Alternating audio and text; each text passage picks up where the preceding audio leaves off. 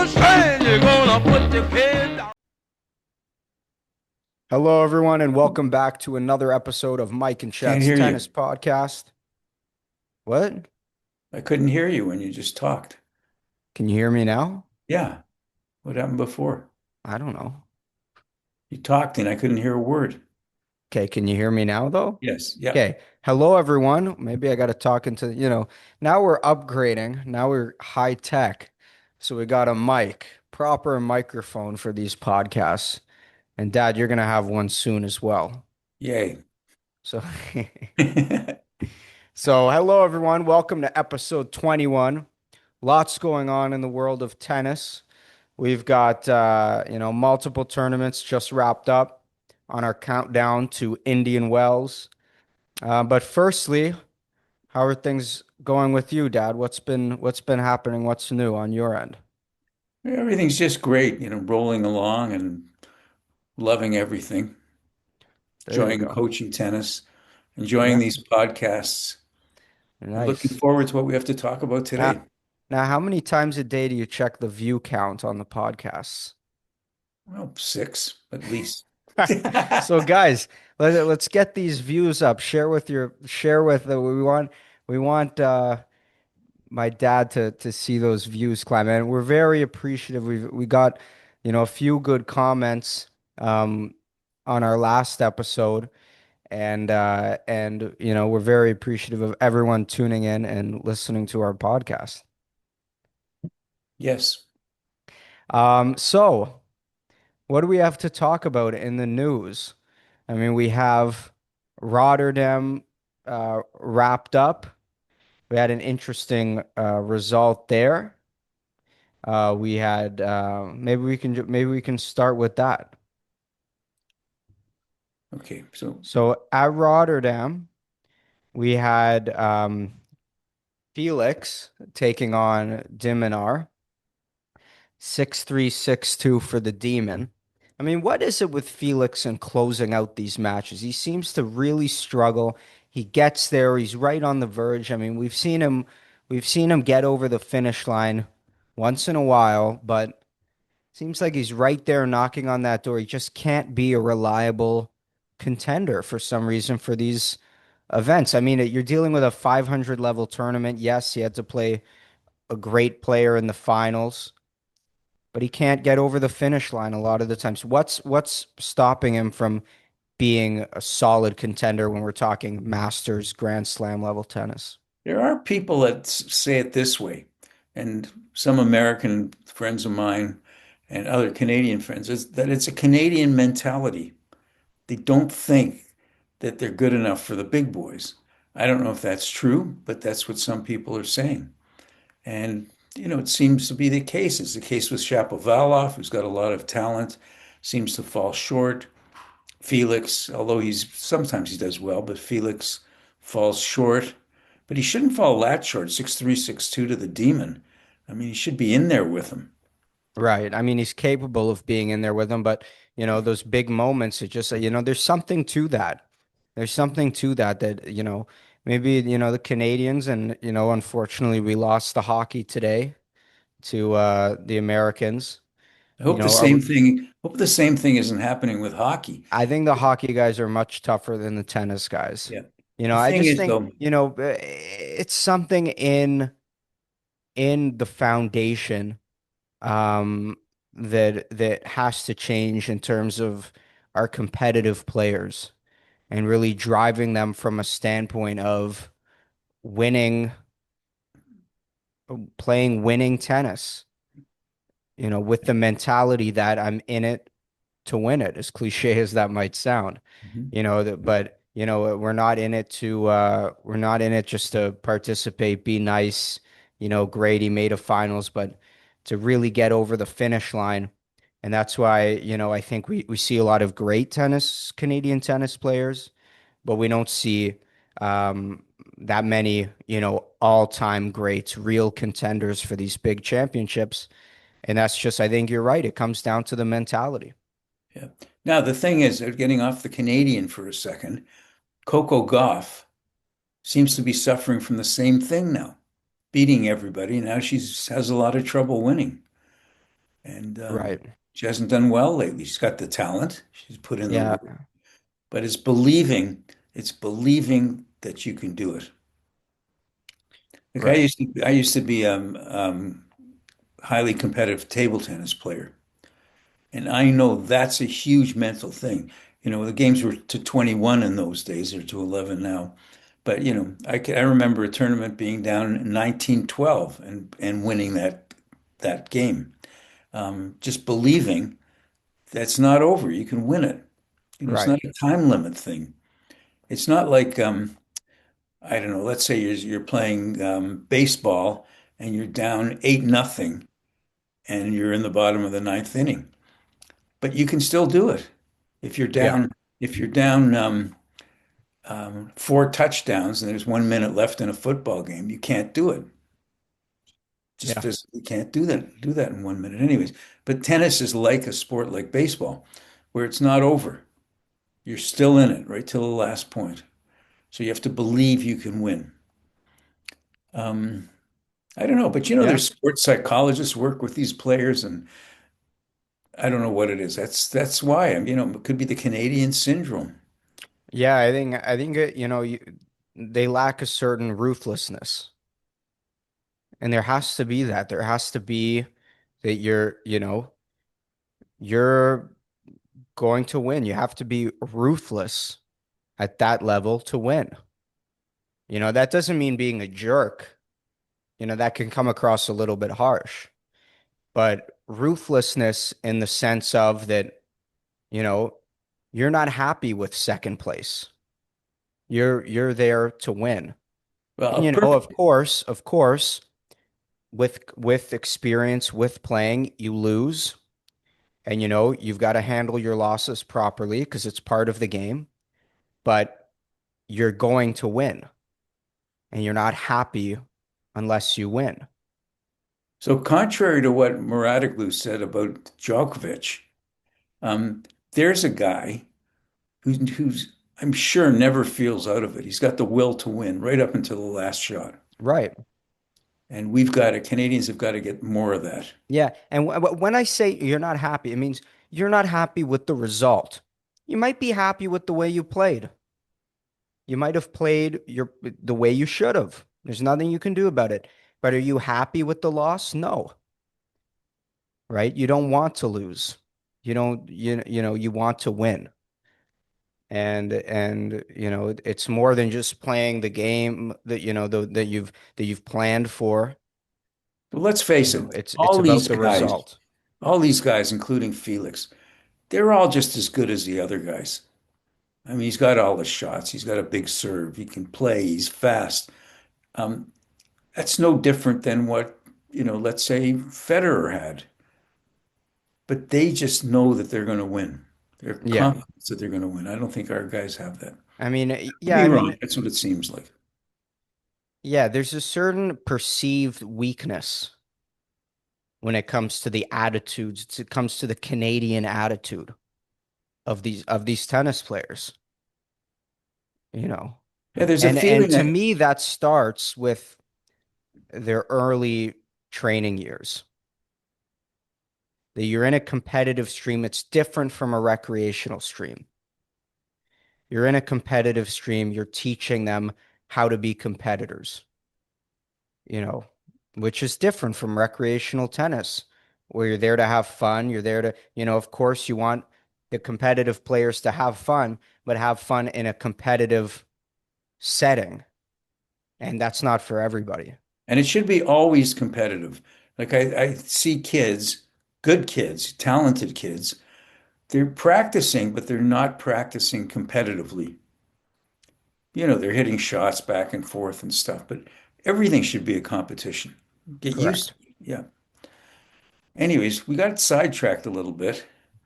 We Well, were, no, we were talking about the Felix result and Minaur. Okay. Then we have Dallas, where we had Ben Shelton edging out Taylor Fritz. I mean, that was an incredible match. I think that the more time passes, the closer and closer that gap is getting. I would still say in a grand slam, Fritz, you just take that serve and that does a lot of damage over time.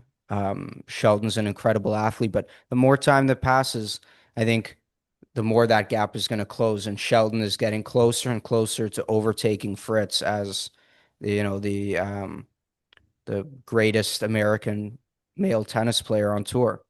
Yeah. What do you think Tommy Paul's problem is? He just lost again in the finals to Korda. I mean, he looks, when I see him play, he's in great shape. He tries hard. He's good. He's got big strokes. How does he lose? You know, Maybe he has a Canadian mentality. it's a tough thing at that level. I mean, I don't know, and it's a tough thing because, Tommy Paul kind of on the shorter side.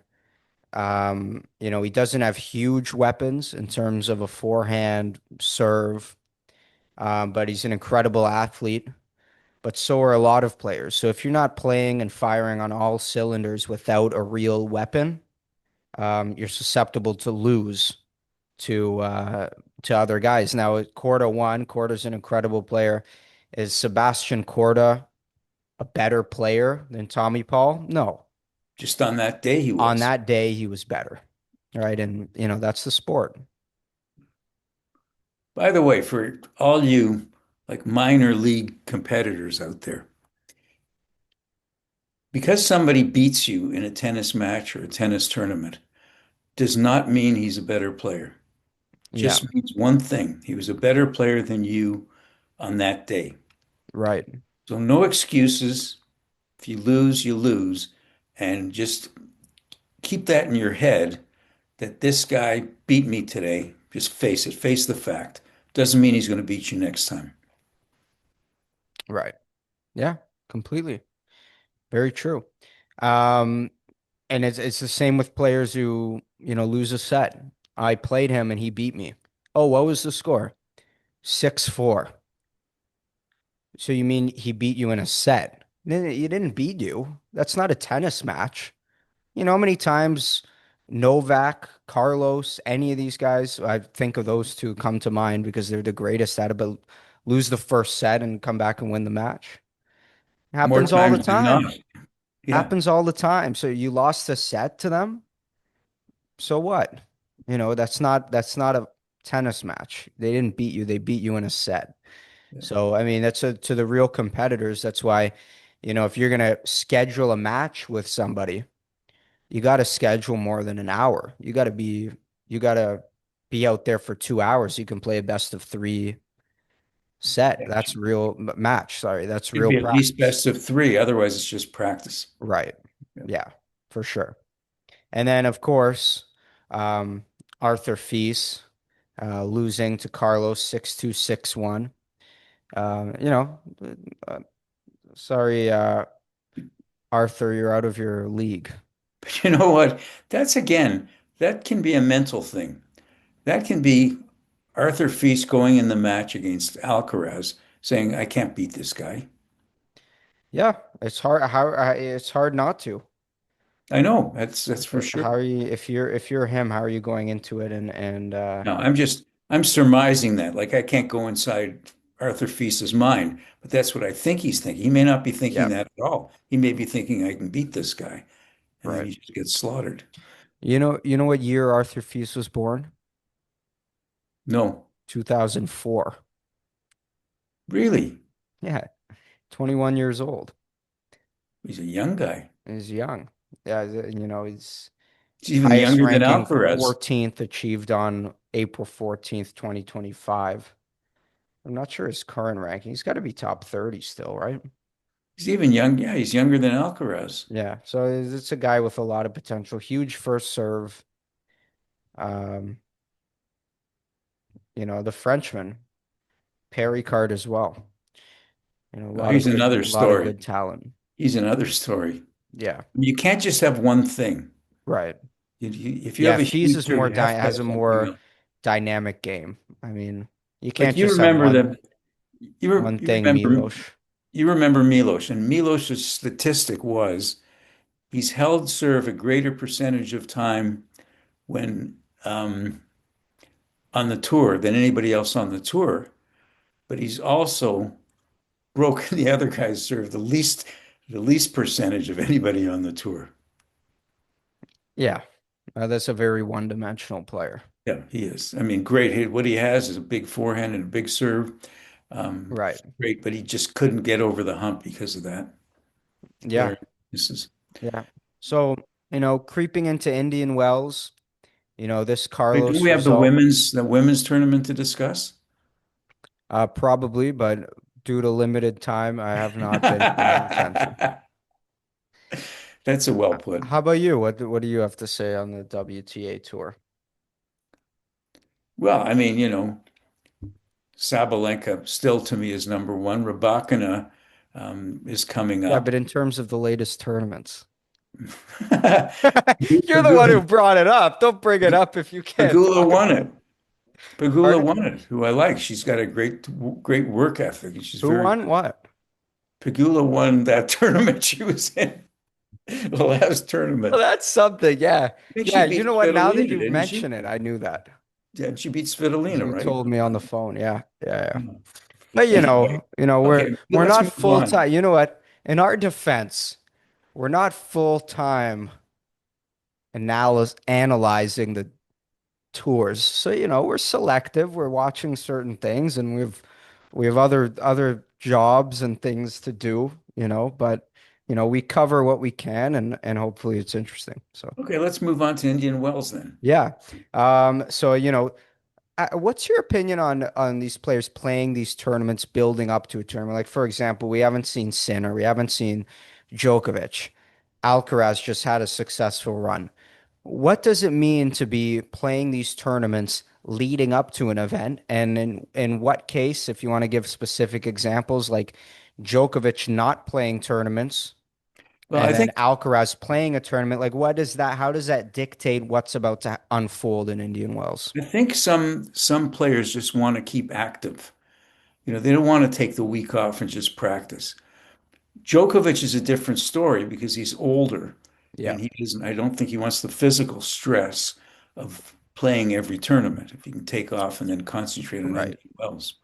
Um, Sinner, I don't know. He's got his own reasons, maybe. Like we don't know what kind of physical condition these people are in too. right, Might have some kind of a slight strain or something in his stomach, let's say. So he feels and his team feels he's better off taking off the week and lightly practice. right. Anyways, I think everybody's different in that respect. Yeah, yeah, for sure. I mean, I think in Alcaraz's way, I think he's very emotionally charged. I think the more he plays, the more he wins, the bigger the hype behind him is going to be. I think it will help him when it comes to Indian Wells. And I think especially such a dominant performance will definitely help him in Indian Wells. Um, so, I see him coming in and tearing through everybody right to the finish. He should win that tournament. Well, Alcaraz might have played the last tournament because he needs the money. Yeah, I know the guys like that, they're struggling, right? At least, and he doesn't pay rent. He lives with his parents. Does he live with his parents? Yeah. Wow. Mind you, he is only 22. Yeah, it shows what kind of, yeah, yeah. But you still, I mean, you have the money at that point, you know? He's just comfortable living with his parents. Likes his mother's homemade paella. Yeah, there you go. Yeah. All right. Well, and what's the thing? What's the latest thing with golf? I mean, you see Alcaraz is golfing with Federer. Nadal is out there. I've seen pictures of Nadal golfing with Federer. Casper Ruud, huge golfer. What's the thing with golf now and tennis players, the golfing? Is that always a thing or is Yeah. that more like a Yeah. recent thing? Well, Yvonne Lendl, who's the best tennis player in the world in when was it, the 90s or the 80s? Anyways, but Yvonne 80s. Lendl became a professional golfer. I didn't know that. Wow. And yeah, I and know here's Marty some. Fish Yeah, he did. wasn't That's that good. most I mean, he was notable, but good, but he didn't do any damage on the tour. right. And then you had Marcelo Rios, the Chilean player who was number one in the world briefly. I spoke to Patricio Cornejo, and he's friends with Rios. He says Rios is such a great athlete. He took up golf and became a scratch golfer in no time. Yeah. They like it. They're coordinated. They like it. It's much more relaxing. They don't have to run around.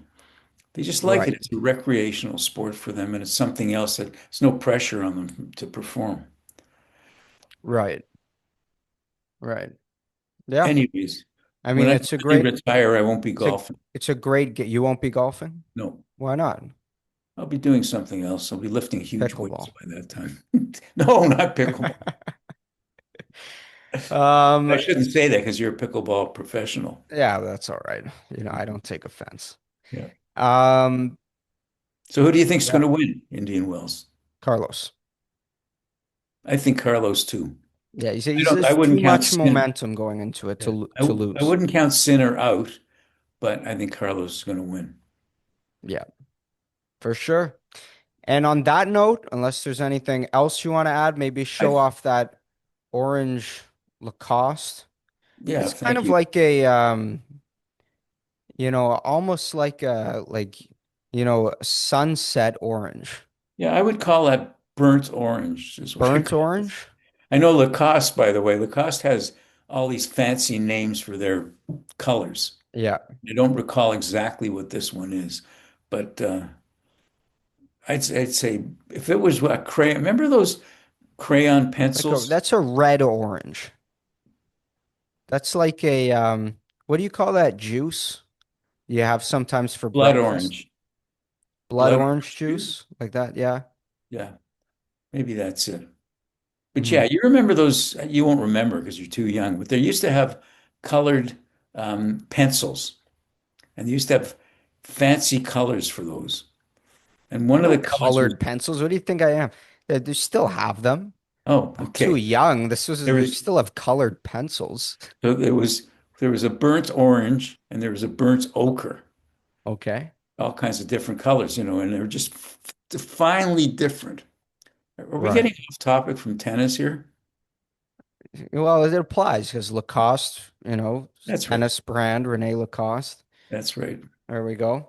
And I'm wearing the red Lacoste hoodie. What color red?